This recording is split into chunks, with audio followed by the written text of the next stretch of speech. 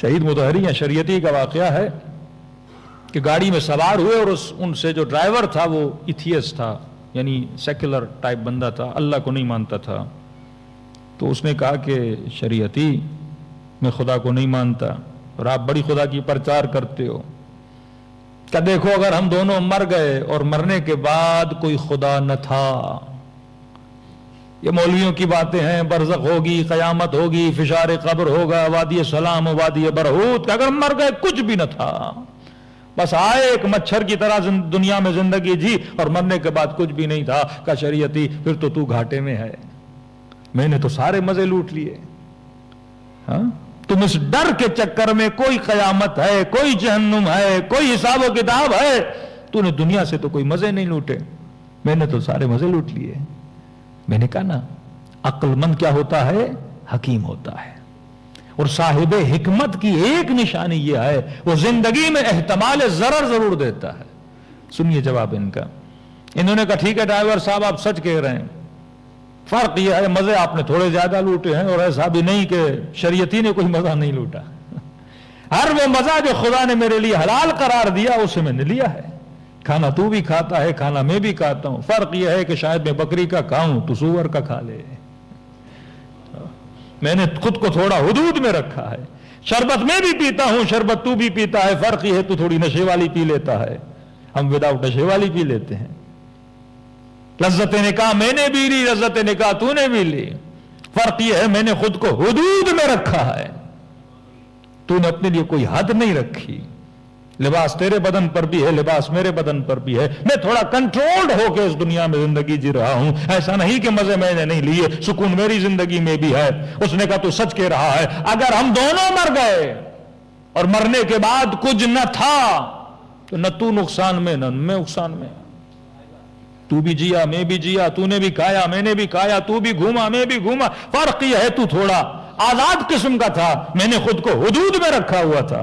لیکن کہا ڈرائیور یہ بتا، اگر دونوں مر گئے اور کچھ تھا، کوئی قیامت تھی، کوئی خدا تھا، کوئی جہنم تھی، کوئی جنت تھی، پھر شریعتی فائدے ہی فائدے میں ہے اور تو گھاٹے ہی گھاٹے میں ہے. اللہم صلی علی محمد. میں نے کہا عمل حکمت والا عمل ہو، حکمت نہیں تو بندے کا عمل کا کوئی فائدہ نہیں.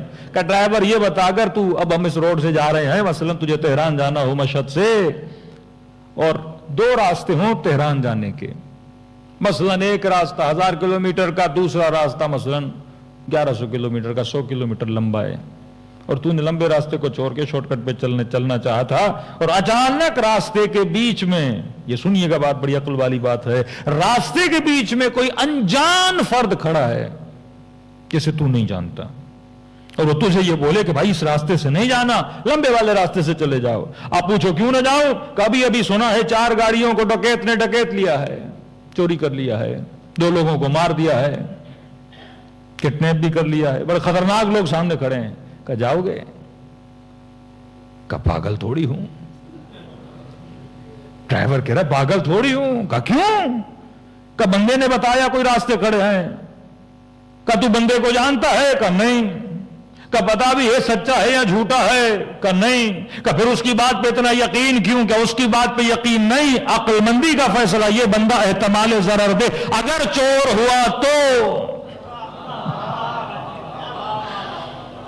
کہ اگر تو 1,01,24,000 انبیاء کو علیہ باللہ جھٹلا بھی دے، وہاں ایک بندہ تجھے کہہ رہا ہے کہ راستے میں شاید چور ہے، یہاں 1,24,000 نبی کہہ رہے ہیں مرنے کے بعد کوئی قیامت ہے. اللہ اکبر یا رسول اللہ.